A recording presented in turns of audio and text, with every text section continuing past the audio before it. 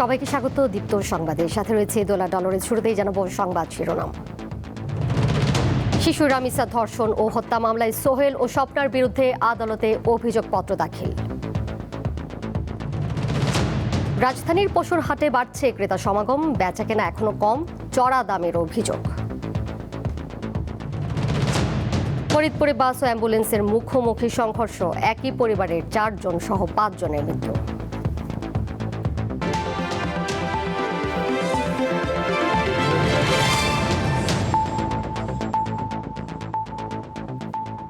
রাজধানীর পল্লবীতে শিশু রামিসা ধর্ষণ ও হত্যা মামলায় আসামি সোহেল রানা ও তার স্ত্রী স্বপ্না আক্তারের বিরুদ্ধে আদালতে চার্জশিট দাখিল করা হয়েছে। বিকেলে মামলার তদন্তকারী কর্মকর্তা পল্লবী থানার উপপরিদর্শক ওহিদুজ্জামান ঢাকার চিফ মেট্রোপলিটন ম্যাজিস্ট্রেট আদালতে অভিযোগপত্র জমা দেন। এতে সোহেল রানার বিরুদ্ধে ধর্ষণের পর হত্যার অভিযোগ এবং স্বপ্নার বিরুদ্ধে হত্যাকাণ্ডে সহায়তার অভিযোগ আনা হয়েছে। অভিযোগপত্রটি ঢাকার মেট্রোপলিটন ম্যাজিস্ট্রেট আশরাফুল হকের আদালতে উপস্থাপন করা হবে। এরপর পরবর্তী বিচারের জন্য মামলাটি শিশু অপরাধ দমন ট্রাইব্যুনালে পাঠানো হবে। গত 20 মে ঢাকার চিফ মেট্রোপলিটন ম্যাজিস্ট্রেট আদালতে হাজির করা হলে আসামি সোহেল রানা অপরাধ স্বীকার করে জবানবন্দি দেন।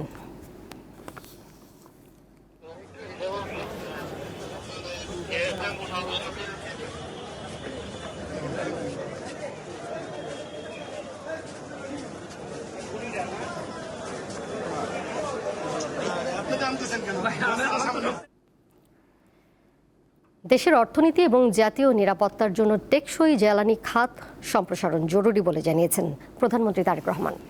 আর এজন্য সরকার সৌরশক্তিকে গুরুত্ব দিচ্ছে। সকালে জাতীয় সংসদ ভবনের অনগ্রিড রুফটপ সোলার সিস্টেমের উদ্বোধন করে একথা বলেন প্রধানমন্ত্রী। তিনি আরও বলেন, সকল প্রাকৃতিক দুর্যোগ মোকাবিলা করে টেকসই জ্বালানি পথে অগ্রসর হচ্ছে দেশ, কারণ অর্থনীতি ও জাতীয় নিরাপত্তার জন্য অপরিহার্য জ্বালানি। অর্থনীতিকে সমৃদ্ধ করতে সৌরশক্তি গুরুত্বপূর্ণ বলেও জানান প্রধানমন্ত্রী। জাতীয় সংসদ ভবন অবশ্যই আমাদের গণতন্ত্রের প্রতীক। ভবনের ছাদে সৌর শক্তিকে কাজে লাগিয়ে আমরা মনে হয় প্রমাণ করার চেষ্টা করছি নেতৃত্ব কেবল নীতিতে নয়, বরং বাস্তব কর্মকাণ্ডেও প্রতিফলিত হতে হবে। টেকসই জ্বালানির পথে অগ্রসর হওয়া এখন আর শুধু পরিবেশগত দায়বদ্ধতা নয়, বরং এটি আমাদের অর্থনীতি এবং জাতীয় নিরাপত্তার অপরিহার্য একটি অংশ। সড়ক পরিবহন ও সেতু মন্ত্রী শেখ রবিউল আলম বলেছেন, ঈদুল আজহা উপলক্ষে ট্রেন চলাচল স্বাভাবিক রয়েছে। এখন পর্যন্ত বড় কোনো বিপর্যয় সংখ্যা নেই বলেও জানিয়েছেন তিনি।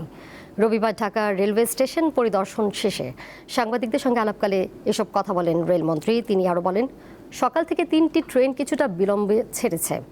এর মধ্যে একটি ট্রেনের চাকা স্লিপ করেছিল, পরে রিলিফ ট্রেন পাঠিয়ে সেটিকে উদ্ধার করা হয়েছে। তবে বাকি ট্রেনগুলো নির্ধারিত সময় অনুযায়ী চলাচল করছে। মন্ত্রী বলেন, ঈদ উপলক্ষে অতিরিক্ত 25% যাত্রী পরিবহনের ব্যবস্থা করা হয়েছে, ফলে আরও প্রায় 4000 যাত্রী ভ্রমণের সুযোগ পাচ্ছেন।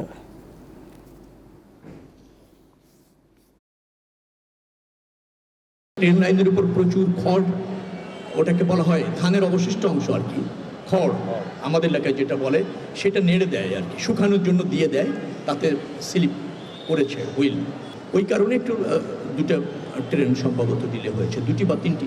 একটা মনে হয় 20 মিনিট, একটা 1 ঘন্টা, আরেকটা মনে হয় 2 ঘন্টা হয়ে যাবে। এছাড়া বাকিটা ঠিক আছে। সড়ক পথে ঈদযাত্রার খবরাখবর জানবো। সহকর্মী এম.এ. হালিম সাভার থেকে আমাদের সাথে এই মুহূর্তে যুক্ত রয়েছেন।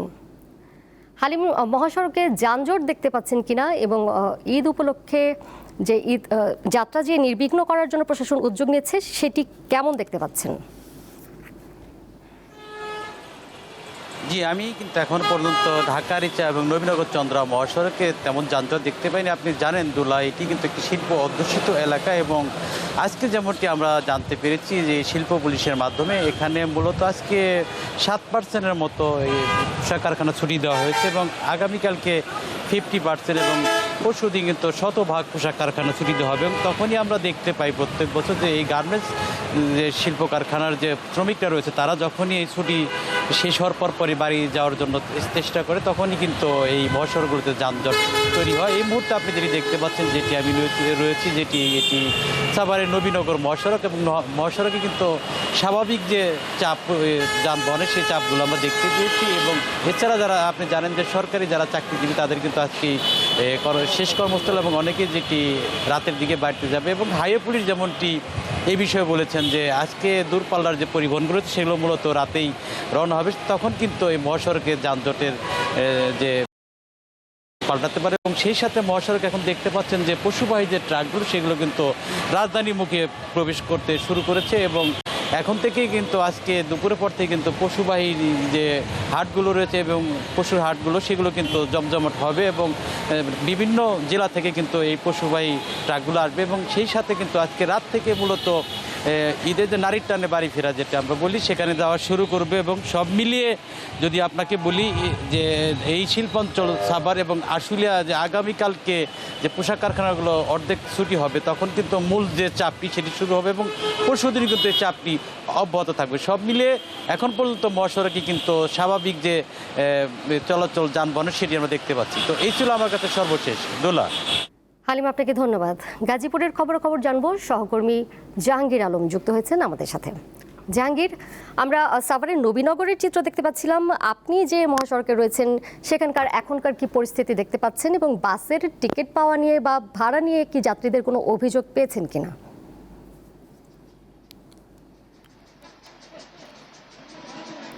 জি দুলা, আমরা এই মুহূর্তে রয়েছি গাজীপুরের যে ঢাকার গেটে চন্দ্রাত্রী মোড়ে রয়েছে, সেখানে কিন্তু পরিবহনের চাপ রয়েছে। সকাল থেকে আমরা দেখেছি দীর্ঘ সারিতে যানবাহন চলছে, তবে মাঝে মধ্যে ফাঁকাও হয়ে যাচ্ছে। কিন্তু অন্যান্য বছরের চেয়ে এখন পর্যন্ত যানবাহনের তেমনটা যানজট নেই। এবং আগামীকাল এবং তারপরে অর্থাৎ 25 এবং 26 তারিখ থেকে এই অঞ্চলের যে 4 সহস্রাধিক পোশাক কারখানা রয়েছে সেগুলো ছুটি হয়ে যাবে। ছুটি হওয়ার পরপরই আসলে দীর্ঘ যানবাহনের চাপ পড়বে বলে জানিয়েছেন আমাদের আইনশৃঙ্খলা বাহিনীর সদস্যরা। তবে ভাড়া নিয়ে এখনও যাত্রীরা তেমন কোনো অভিযোগ করেনি, কেননা এখন পর্যন্ত যাত্রীদের তেমন কোনো চাপ দেখা যাচ্ছে না। এবং আগে ভাগে কিছু লোক যাচ্ছে, তবে অনেকটা দীর্ঘ সারিতে যানবাহন চললেও যানজট নেই। এবং কিছুক্ষণ আগে আমাদের চন্দ্রাতে এসেছিলেন সড়ক পরিবহন ও শিল্পমন্ত্রী। নাগরিকদের সড়ক দুর্ঘটনা প্রতিরোধে করণীয় বিষয়ক এক আলোচনা সভায় সেখানে মন্ত্রী বলেছেন যে যাত্রীদের এবং পরিবহন সংশ্লিষ্টরা যদি নিয়ন্ত্রণে থাকে, অর্থাৎ শৃঙ্খলা রেখে যানবাহন চলাচল করে, তাহলে এবছর ঈদে এই ঈদযাত্রা নির্বিঘ্ন করবে। এবং মন্ত্রী পরিবহন সংশ্লিষ্টদের সাথে কথা বলে তাদের আশ্বস্ত করেছেন যে শ্রমিকরা এবং বাস পরিবহন চালক নিয়ন্ত্রণে যানবাহন পরিচালনা করে, তাহলে মহাসড়কে এবছর ঈদ স্বাচ্ছন্দ্যবোধ করতে পারবে।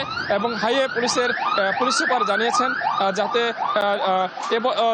তারা যদি যানজট মুক্ত অবস্থায় গড়মুখী মানুষকে বাড়িতে পৌঁছে দিতে পারে, তবেই তাদের ঈদ আনন্দ উপভোগ করতে পারেন বলে জানিয়ে।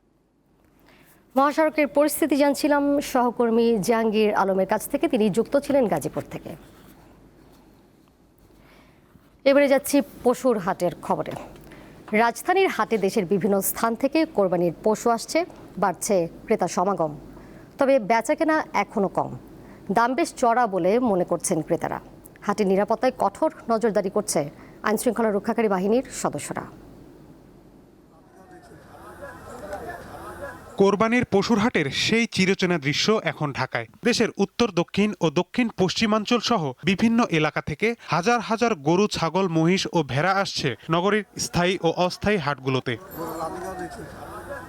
এটি গাবতলী হাট। রবিবার সকাল থেকে ক্রেতা বিক্রেতারা এখানে জড়ো হতে থাকেন। কেউ এসেছেন বাজার ঘুরে দাম যাচাই করতে, কেউ আবার আগে ভাগে কিনে নিতে চান পছন্দের পশুটি। গরু আনছিলাম 17টা, গরু 2টা বেচছি, এখনো 15টা আছে। তাই বাজার মোটামুটি ভালো, খারাপ নাই, যাক বিক্রি হবে গরুগুলা। আজকে প্রথমবার মতো হাটে এসেছি ফ্যামিলির সাথে গরু কিনতে। যদি আজকে পছন্দ হয়ে যায় ইনশাল্লাহ আজকেই বাসায় গরু নিয়ে যাব। চাপাই থেকে গরু আনছি 42টা, গরু বেচা বিক্রি হয়নি, হবে কাল থেকে। সর্বত্র ব্যবসায়ী ও খামারিদের হাকডাক আর দরদামের উত্তাপ। ব্যবসার স্বপ্ন নিয়ে বসে আছেন খামারি ও ব্যবসায়ীরা। ক্রেতারা খোঁজেন সাধ্যের মধ্যে পছন্দের পশু। প্রতিটি গরু ঘিরেই চলে হিসাব নিকাশ। এবার সর্বনিম্ন দামের গরু আছে আমার কাছে 1,10,000 টাকার, আর উপর হাই আছে 3.5 লক্ষ টাকার। আর এবার গরুর দাম একটু বেশি, খাদ্যর দাম অনেক বেশি। আর যে খাদ্য খাওয়ার দাম সেই হিসাবে কাস্টমার বর্তমান যে দাম করছে এই দামে আমারে পোষাচ্ছে না, তাই আমরা দিই নেই। প্রচণ্ড গরম, মাথাও গরম হয়ে যাচ্ছে দাম শুনে, তো ক্রেতার সাথে একটু ভুল বোঝাবুঝি হচ্ছে। আশা করি পাবো, আজকে কালকের ভিতরে কিনে ফেলবো আর কি গরু। হাটে সবচেয়ে বেশি ভিড় মাঝারি আকারের গরুর সামনে। এসব পশুর ক্রেতা মধ্যবিত্তরা। কেউ কেউ দাম শুনে ফিরে যাচ্ছেন। এবারকার গরু আসলে অনেক কম, তো গেছেবারে গরু ছিল অনেক, দামও সীমিত ছিল, কিন্তু এবারকার আসলে গরুর দাম অনেক বেশি। 1 ঘন্টা যাবৎ ঘুরতেছি কিন্তু গরু মিলাতে পারতেছি না। গতবারের চাইতে এবারে আমরা আশা করছি কিছুটা দাম পাবো আর কি। গতবারেতে এখনো তো না হয় নাই, জাস্ট জিজ্ঞাসা করতেছি সবাইকে, দেখি কি হয়, দামে যদি হয় তাহলে নিব। রবিবার গাবতলী পশুর হাটের সার্বিক নিরাপত্তা ব্যবস্থা ঘুরে দেখেন র্যাবের মহাপরিচালক। তিনি জানান, ক্রেতা বিক্রেতার নিরাপত্তা নিশ্চিতের লক্ষ্যে 24 ঘন্টা ওয়াচ টাওয়ারের মাধ্যমে নজরদারি চলছে। কোরবানির পশুর হাটে ক্রেতাদের ভোগান্তি রোধে কন্ট্রোল রুম এবং ওয়াচ টাওয়ার স্থাপন করা হয়েছে। পাশাপাশি নগদ লেনদেন পরিহার করে ক্যাশলেস বা কার্ডের মাধ্যমে মূল্য পরিশোধে উৎসাহিত করা হচ্ছে। জাল টাকা প্রতিরোধ এবং শনাক্তে প্রয়োজনীয় সরঞ্জাম প্রস্তুত রাখা সহ জাল টাকা উৎপাদনকারীদের বিরুদ্ধে অভিযান অব্যাহত রয়েছে। পবিত্র ঈদুল আজহা উপলক্ষে কোরবানির পশুবাহী যানবাহন যেন কেউ জোরপূর্বক কোনো নির্দিষ্ট হাটে নিতে বাধ্য না করতে পারে সে বিষয়ে নজরদারি অব্যাহত রয়েছে। রাজধানীর পশুর হাটে সোমবার থেকে বেচাকেনা আরও বাড়বে বলে আশা করছেন ব্যবসায়ী ও খামারিরা। মাহিদুর রহমান, দীপ্ত সংবাদ, ঢাকা। এদিকে ঈদুল আজহার সামনে রেখে ঠাকুরগাঁওয়ের সীমান্ত দিয়ে অবৈধভাবে অনুপ্রবেশ করছে ভারতীয় গরু। গভীর রাতে সীমান্ত দিয়ে গরু আনার পর তা ট্রাকে করে পাঠানো হচ্ছে ঢাকা সহ দেশের বিভিন্ন অঞ্চলে। এতে কোরবানির পশুর দাম নিয়ে উদ্বিগ্ন স্থানীয় খামারিরা। ঠাকুরগাঁও সীমান্ত দিয়ে ভারত থেকে আনা হচ্ছে গরু, যা স্থানীয় বিভিন্ন হাটে তোলা হচ্ছে বিক্রির জন্য। বিশেষ করে জেলার পীরগঞ্জ ও বালিয়াডাঙ্গি সড়কে ট্রাকে করে এসব গরু পরিবহন করতে দেখা গেছে। জানা গেছে, প্রতিদিন গভীর রাতে সীমান্ত দিয়ে আনা হয় এসব পশু। পরদিন বিকেল 4টার পর থেকে মধ্যরাত পর্যন্ত চলে অবৈধ আনা এসব গরুর পরিবহন কার্যক্রম। আমরা নাহারিতে কিনে আসলাম, আমরা জয়পুর হাটে নিয়ে যাবো।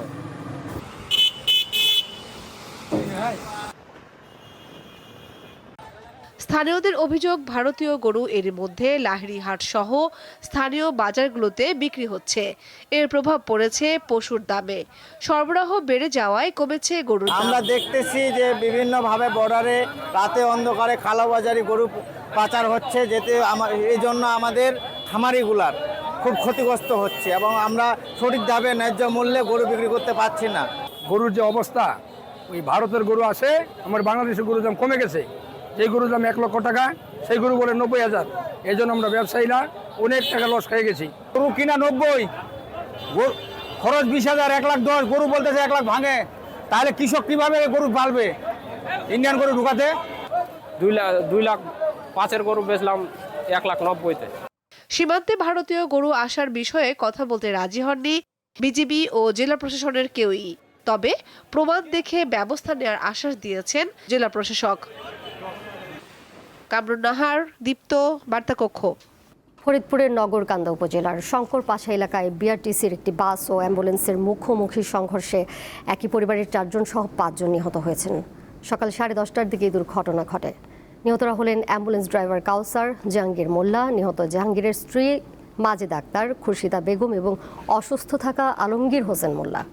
নিহতরা সকলে মাদারীপুর জেলার শিবচর উপজেলার বালিয়া মোস্তফাপুর গ্রামের বাসিন্দা। ভাঙ্গা হাইওয়ে থানার ভারপ্রাপ্ত কর্মকর্তা হেলাল উদ্দিন জানান, রাজবাড়ী থেকে ঢাকাগামী বিআরটিসি বাসের সাথে ফরিদপুরগামী অ্যাম্বুলেন্সের মুখোমুখি সংঘর্ষ হয়। এতে ঘটনাস্থলেই 5 জন নিহত হন। দুর্ঘটনার খবর পেয়ে নগরকান্দা থানা পুলিশ, ভাঙ্গা হাইওয়ে পুলিশ ও নগরকান্দা ফায়ার সার্ভিস ঘটনাস্থলে গিয়ে যান চলাচল স্বাভাবিক করে।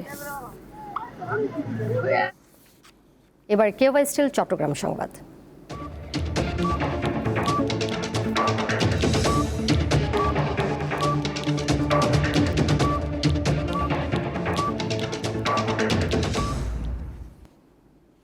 কক্সবাজার আদালত চত্বরে দুই পক্ষের মধ্যে গোলাগুলির ঘটনা ঘটেছে। বেলা 11টার দিকে কক্সবাজার জেলা ও দায়রা জজ আদালত এলাকায় এই ঘটনা ঘটে। এতে একজন গুলিবিদ্ধ হয়েছেন, পরে পিস্তল ও গুলিসহ একজনকে আটক করেছে পুলিশ। পুলিশ জানায়, কক্সবাজার সদর উপজেলার ঝিলংজিয়া ইউনিয়ন বিএনপির সাধারণ সম্পাদক লিয়াকত আলী মেম্বার তার সহযোগীদের নিয়ে একটি মামলায় সাক্ষ্য দিতে আদালতে আসেন। বের হওয়ার পথে আদালতের দরজায় তাকে লক্ষ্য করে গুলি করে তার প্রতিপক্ষের লোকজন। গুলি লিয়াকতের চাচাতো ভাই মইনুদ্দিনের পায়ে লাগে। আহত মইনুদ্দিনকে হাসপাতালে ভর্তি করা হয়েছে। এছাড়া হামলাকারী জিয়াউল হক জিয়াকে একটি পিস্তল ও গুলিসহ আটক করা হয়েছে। পুলিশ বলছে, এলাকায় আধিপত্য বিস্তারকে কেন্দ্র করে হামলা চালানো হয়। 2026 সালে এ পর্যন্ত প্রায় 2 কোটি টাকা পর্যন্ত রাজস্ব আদায় হয়েছে বলে জানিয়েছেন Chittagong city mayor doctor Shahadat Hossain. তিনি জানান, এর বেশিরভাগই এসেছে কোরবানির পশুর হাট থেকে। দুপুরে এক অনুষ্ঠানে তিনি কথা জানান। সিটি কর্পোরেশনের রাজস্ব কর্মকর্তার সাথে কথা না বলে সংবাদ প্রকাশ করা সাংবাদিকদের সমালোচনা করে তিনি বলেন, না জেনে কোনো কিছুর বিরুদ্ধে সংবাদ প্রকাশ করা তথ্য সন্ত্রাস ছাড়া আর কিছুই নয়।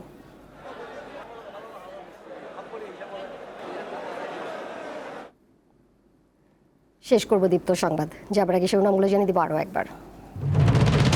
শিশু রামিসা ধর্ষণ ও হত্যা মামলায় সোহেল ও স্বপ্নার বিরুদ্ধে আদালতে অভিযোগপত্র দাখিল। রাজধানীর পশুর হাটে বাড়ছে ক্রেতা সমাগম, বেচাকেনা এখনো কম, চড়া দামের অভিযোগ। ফরিদপুরে বাস ও অ্যাম্বুলেন্সের মুখোমুখি সংঘর্ষ, একই পরিবারের 4 জন সহ 5 জনের মৃত্যু।